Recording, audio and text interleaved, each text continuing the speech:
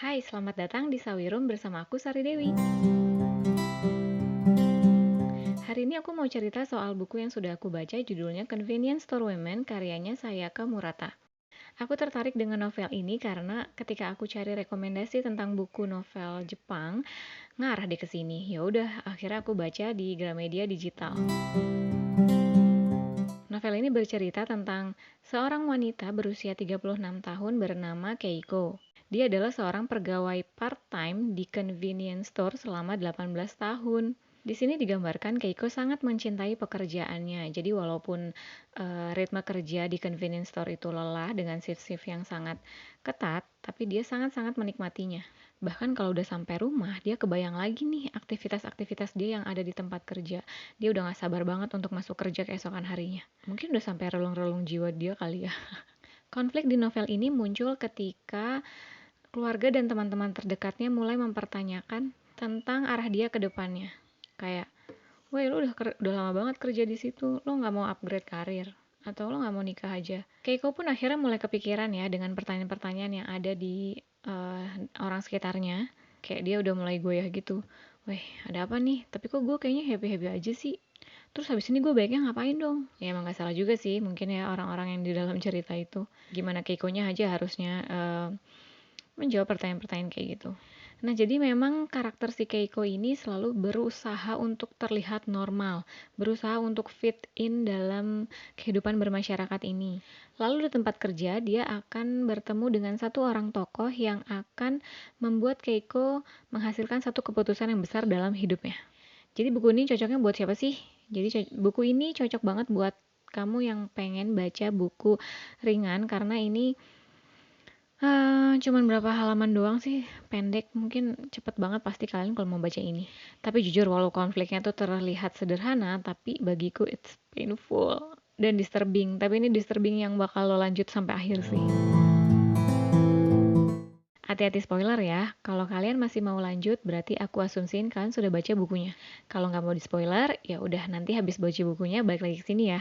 Aku suka banget bagaimana cara novel ini menggambarkan sesuatu dengan pendekatan suara.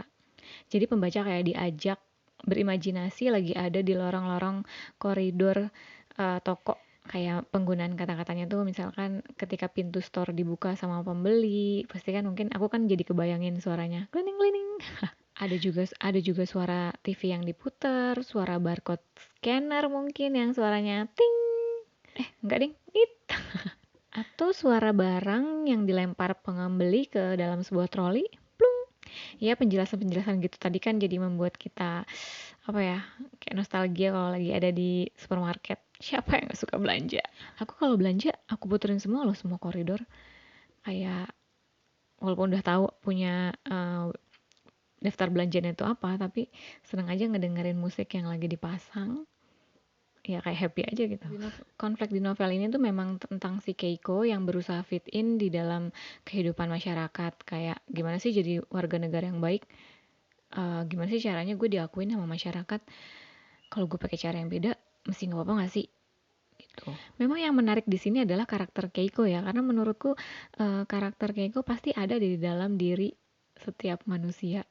Kayak ketika misalkan kita punya hobi atau tujuan-tujuan atau cita-cita yang dipandang orang tuh nggak umum, atau jalannya nggak umum, atau terkesan lama, atau gimana gitu. Jadi ini memang tentang bagaimana cara Keiko memperjuangkan tujuan hidup yang membuat dia ngerasa complete and alive.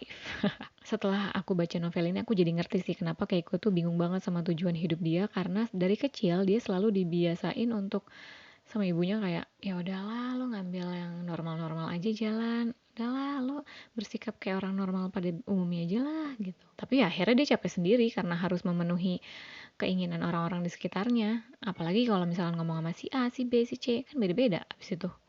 Tapi ketika dia menjadi seorang pegawai, kan jelas tuh visi misinya apa, kayak SOP-nya tuh ada. SOP jadi pegawai tuh udah ada gitu kan ya, checklistnya apa. Makanya dia seneng banget di tempat kerjanya karena dengan SOP itu membantu dia untuk menjadi mahir dan diakui di satu tempat.